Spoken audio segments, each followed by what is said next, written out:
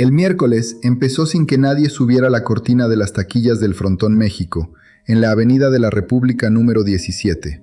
En la fachada Art Deco colgaban dos banderas rojinegras. Octubre de 1996. Dentro, el vestíbulo de mármoles de Carrara amaneció limpio y sin un solo zapato encima. La cancha, vacía. En el suelo seguían pintados los cuadros numerados por los que se mide el largo del juego, y no había nadie para pisarlos. Ningún corredor de boina roja cantó apuestas esa tarde. Ninguna pelota de tenis agujereada, con la papeleta doblada dentro, cruzó las gradas de vuelta. Esa tarde no se jugó, ni la siguiente. El edificio se quedó igual 20 años y 5 meses. La temporada había arrancado el 1 de febrero de ese año y se detuvo con el cuadro completo, a mitad del calendario. Las banderas las colgaron los trabajadores del Palacio de la Pelota. La decisión de colgarlas se había tomado en otro despacho. La empresa que explotaba el frontón arrastraba renta impagada al dueño del inmueble, y la arrastraba desde los años en que en esas mismas gradas se movía más dinero de apuesta que en ningún otro sitio del país. Cuando la puerta de la Avenida de la República volvió a abrirse, en marzo de 2017, lo hizo amparada en un oficio de la Dirección General de Juegos y Sorteos, con fecha de ese mismo año. 67 años antes, el 10 de mayo de 1929, el presidente Emilio Portes Gil inauguró en la colonia tabacalera un edificio de los arquitectos Teodoro Cunhart y Joaquín Capilla. La entrada costaba 1 y 2 pesos. El estelar lo jugaron dos mexicanos, los hermanos Joaquín y Ricardo Irigoyen, contra los cubanos Eguiluz y Gutiérrez. Ganaron los de casa, 35 tantos contra 31. El partido duró lo que dura un partido. Lo que se quedó pegado a la ciudad fue el mecanismo de las gradas. Un corredor con saco y boina roja se plantaba de espaldas a la cancha y cantaba: 100 colorado, 100 a 80 azul. Mano derecha a la cabeza, hablaba del rojo. Mano derecha al brazo izquierdo, del azul. Cuando alguien de arriba tomaba la apuesta, el corredor metía la papeleta en una pelota de tenis con un agujero y la lanzaba a la grada sin mirar. La pelota volvía. Cada boleto era una parada, y el que apostaba pedía las paradas que quisiera, mientras hubiera arriba quien se las tomara. A los que iban contra el favorito, les decían chiquiteros. Se apostaba antes del primer saque, y entre tanto y tanto, nunca con la pelota viva. Para entrar, había que llevar saco y corbata. Quien llegaba sin ellos, los alquilaba en los puestos de la banqueta, pegados al edificio. En diciembre de 1931, a mitad de un estelar, el delantero Guillermo se quejó de que las pelotas no servían. Lo suspendieron. La cesta punta desapareció del cartel y la casa pasó 9 meses jugando solo a pala. Nada de esto era nuevo en la ciudad. El primer frontón lo había inaugurado Porfirio Díaz en diciembre de 1895, en la calle de Inválidos, y se llamaba Eder High. Después vinieron el Frontón Nacional y en 1923 el Hispano-Mexicano de Valderas y Colón, que acabó convertido en cine. El juego vasco llevaba 30 años en México, cuando se levantó el de la tabacalera.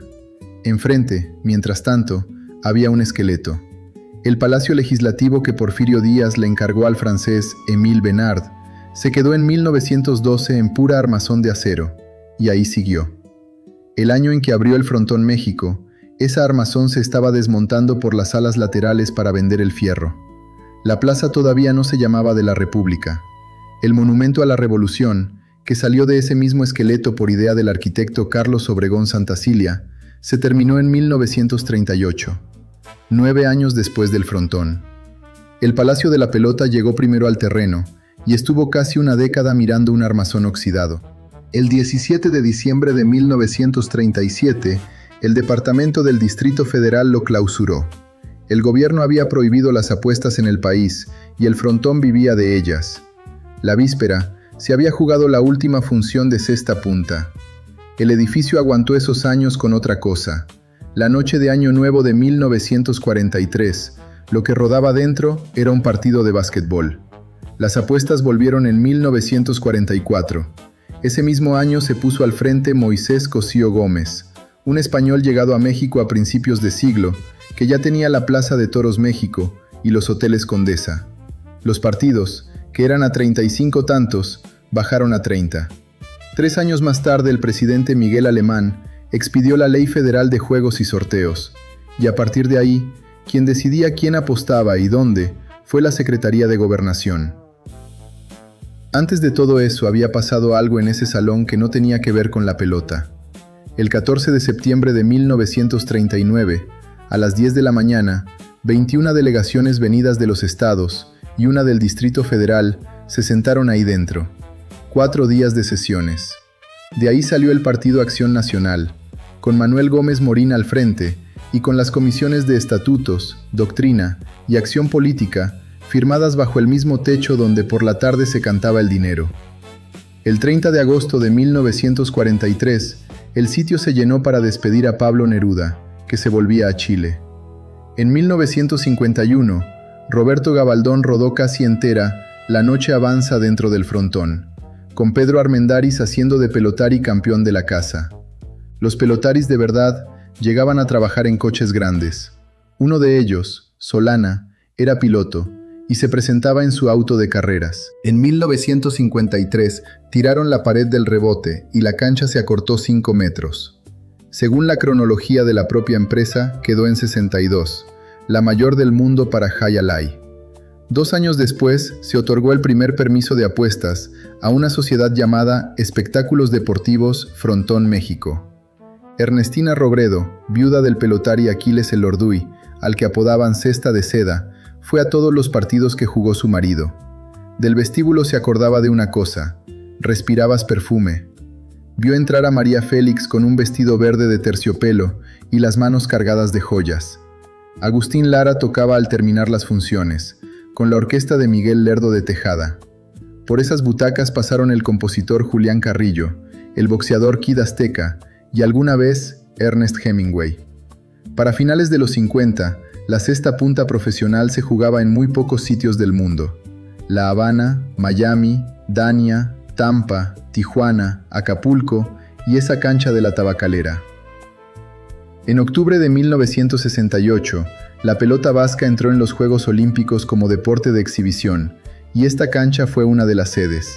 5 modalidades. Las medallas que ganaron ahí los mexicanos no subieron al medallero oficial. El 5 de febrero de 1979, la casa paró una función entera para homenajear a Alfonso López Barrenquí, zaguero mexicano, 1000 victorias como profesional. Había sido campeón del mundo de cesta punta en Uruguay a los 18 años, en 1955. En la saga sostenía duelos largos con José Musi, padre, y en un negocio donde el dinero volaba por encima de las butacas, se había ganado fama de limpio. El temblor del 19 de septiembre de 1985 no tocó la estructura y el frontón cerró igual un par de meses. Volvió a abrir con la cancha intacta. 15 meses después, los que la pisaban pararon. En febrero de 1987, el cuadro de pelotaris estalló una huelga para pedir aumento de sueldo. Sin cuadro no hay cartel, y sin cartel no hay corredores en las gradas.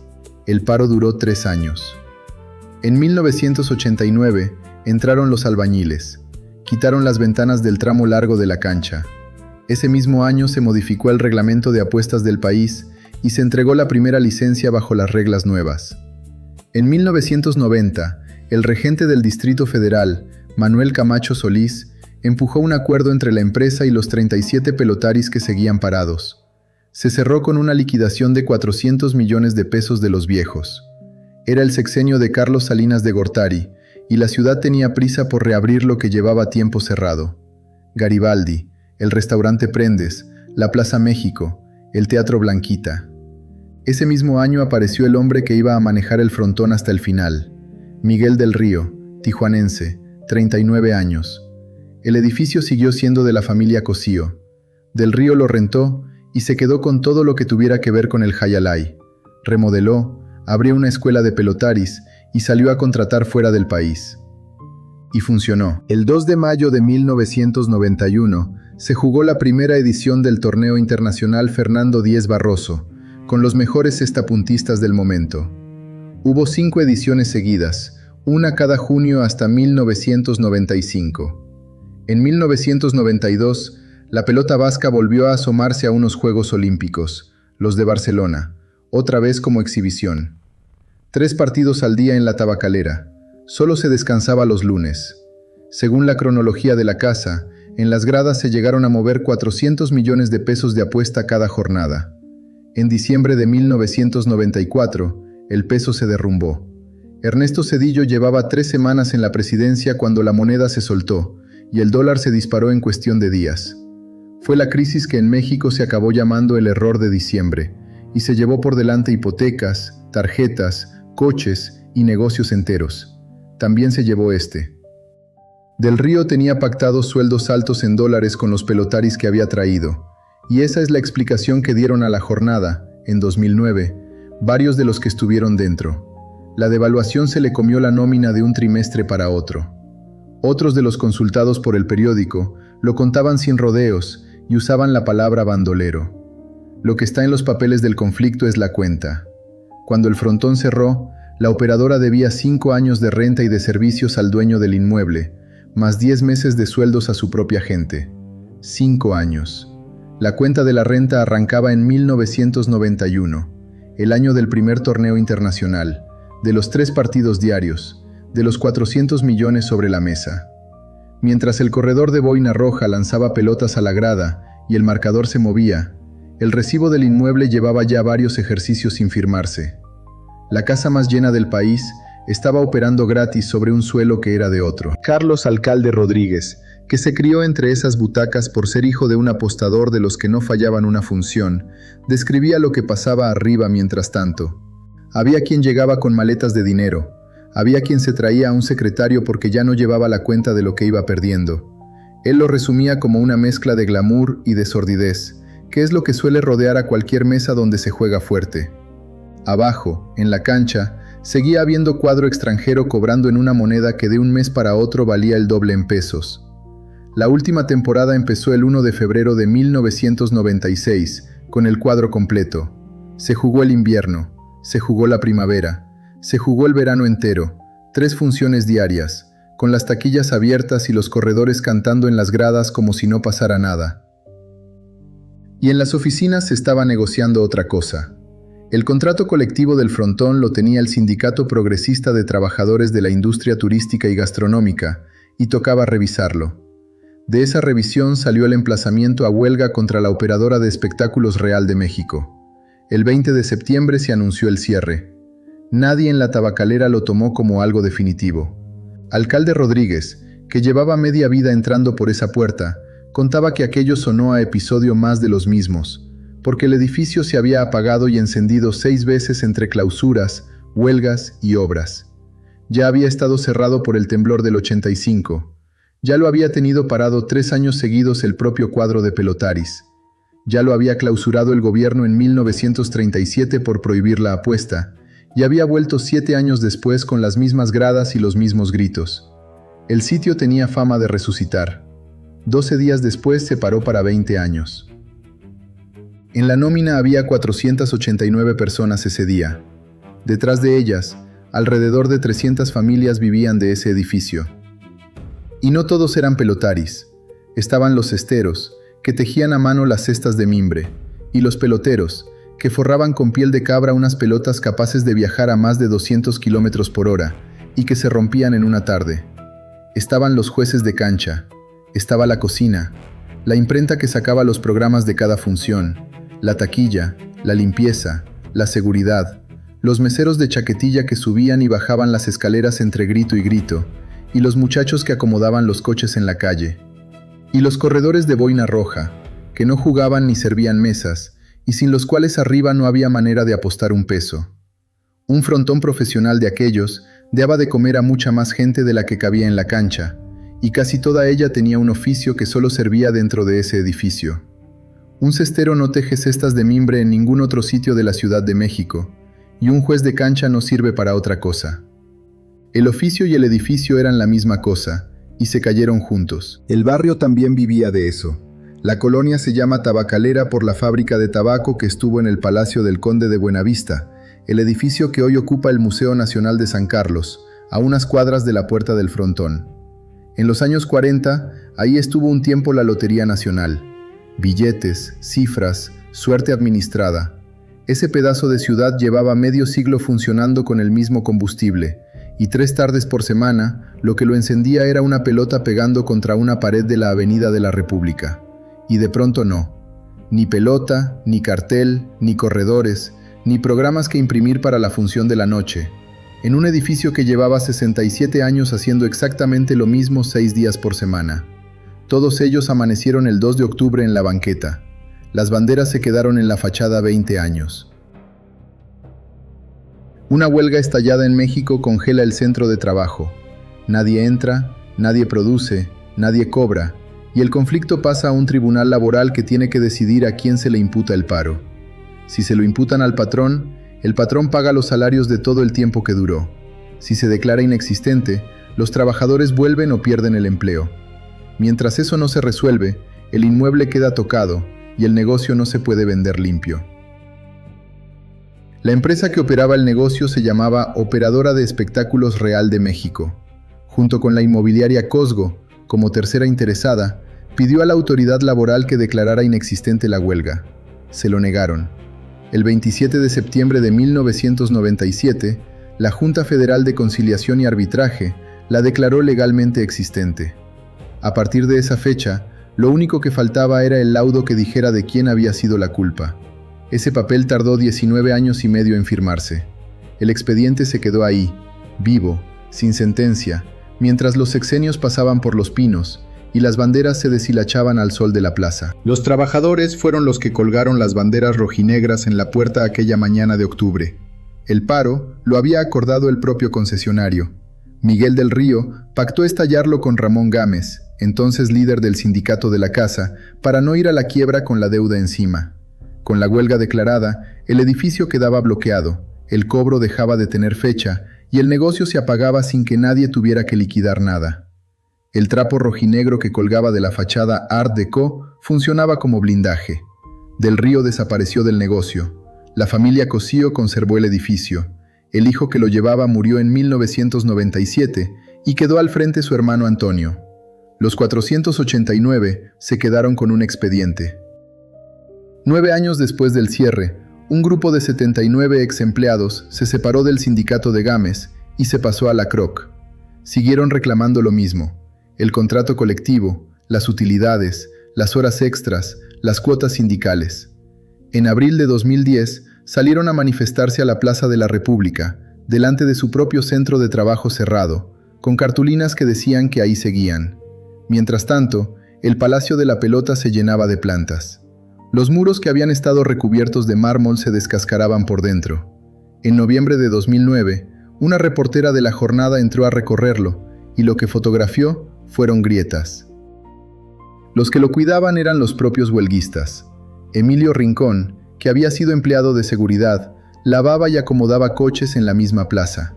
A su lado, José Ángel Dimas, que había trabajado en la imprenta y estacionando autos. Los dos montaban guardia frente a un edificio en el que ya no entraba nadie. Otros habían buscado trabajo en otro lado, o se habían ido de la ciudad, o se habían muerto esperando. En esos años el Jai Alai mexicano se apagó con el edificio. La federación calculaba que en todo el país lo practicaban unas 100 personas, y que en la Ciudad de México quedaban menos de 20 jugadores activos. Se cancelaron 2 campeonatos nacionales por falta de parejas. No se juntaban 5. Los torneos juveniles, que reunían a 60 niños cuando había frontón, dejaron de convocarse. La generación que iba a llenar esa cancha creció sin verla por dentro. En 2009 la Cámara de Diputados aprobó un punto de acuerdo para empujar la reapertura. El gobierno del Distrito Federal estaba rehabilitando la Plaza de la República entera, el monumento, el pavimento, el alumbrado, un estacionamiento subterráneo concesionado.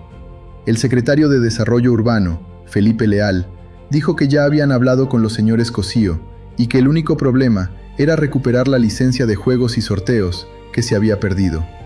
Para eso, los estaban acercando al secretario de Gobernación. La reapertura se anunció para noviembre de 2010, en el centenario de la Revolución. No ocurrió. Ocurrió 5 años más tarde. En diciembre de 2015, el secretario de Desarrollo Económico de la ciudad, Salomón Chertorivsky, anunció una inversión de $35 millones. La obra la llevó el arquitecto José Moyao López, con supervisión del Instituto Nacional de Bellas Artes, pisos, herrería, cancelería, columnas, fachada y los colores originales del edificio de 1929. El 1 de marzo de 2017, a 10 días de la reapertura, el abogado Manuel Diego Sanciprián Ávila denunció que la huelga seguía legalmente vigente. Representaba a 64 trabajadores que reclamaban alrededor de 400 millones de pesos, sin contar intereses. La defensa metió un amparo para tumbar las licencias y los permisos que ya se estaban otorgando. El 8 de marzo, la Junta Federal emitió el laudo de imputabilidad. El paro más longevo que seguía vigente en ese tribunal, 20 años y 5 meses, quedaba terminado conforme al artículo 469 de la Ley Federal del Trabajo. El fallo condenó al pago de los salarios caídos a la empresa responsable, Operadora de Espectáculos Real de México, la de Del Río, que llevaba 2 décadas sin operar nada. Sobre la familia Cosío no cayó obligación de pago. 2 días más tarde, el 10 de marzo de 2017, se abrió la puerta de la Avenida de la República número 17. Esa noche hubo un partido de exhibición y la pelota volvió a pegar contra la pared después de 20 años. Se contrataron 32 pelotaris profesionales para la temporada nueva, con funciones de jueves a domingo, y se montó una escuela para formar jugadores. Como en 1929, buena parte del cuadro llegó de fuera. El zaguero español Imanol López, ganador de la Triple Corona en 2015, contratado junto con otros 15 extranjeros y 14 mexicanos. Dentro, hay un escenario para conciertos con capacidad para más de 4,000 personas, 17 suites, un restaurante y un sky bar. Los exempleados calculaban que en sus tiempos cabían 2,000 sentados, 5,000 apretando con sillas plegables. Y hay 3 pisos de máquinas y de mesas de juego. El casino opera con el permiso 4184 de la Secretaría de Gobernación, oficio de GJS-045-2017, y ese número está impreso al pie de su propia página de internet. El titular del permiso es una sociedad llamada Espectáculos Deportivos Frontón México, Sociedad Anónima de Capital Variable. El mismo nombre que aparece en 1955 en el primer permiso de apuestas de la casa. En el listado de grupos que controlan casinos en México, publicado por Contralínea en 2026, a partir de los registros de gobernación, esa autorización figura atribuida a los empresarios Antonio Cosío Ariño y Antonio Cosío Pando. Abre todos los días a las 10 de la mañana y cierra a las 5 de la madrugada. El Jai Alai tiene temporada. En 1989, cuando los albañiles quitaron las ventanas del tramo largo, cambió la acústica de la cancha. Los que jugaron ahí antes y después de aquella obra lo contaban igual. La pelota nunca volvió a sonar como sonaba al pegar en la pared. Pasó 7 años antes del cierre y casi nadie fuera del cuadro se enteró. Lo que volvió a escucharse en marzo de 2017, después de 2 décadas de silencio, era ya el sonido de la cancha corregida. La casa reabrió con el mármol restaurado, con la fachada restaurada, con los colores de 1929 devueltos uno por uno, y con un eco que llevaba 28 años sin ser el suyo. Ernestina Robredo lo decía en 2009, cuando el edificio todavía estaba cerrado, y ella ya era viuda de un pelotari al que llamaban Cesta de Seda. Tener eso cerrado era un crimen, porque era una mina de oro. Acertó en lo de la mina de oro. Lo que no dijo, porque entonces no se sabía, es de qué veta iba a salir el metal. Alfonso López Barrenquín no lo oyó. El zaguero de las 1000 victorias, campeón del mundo a los 18, dejó la cesta y se sentó a escribir. En los años 70 firmaba Crónica de Toros en El Redondel. Desde 1976 estuvo en Excelsior, cronista taurino, corrector de estilo, editorialista.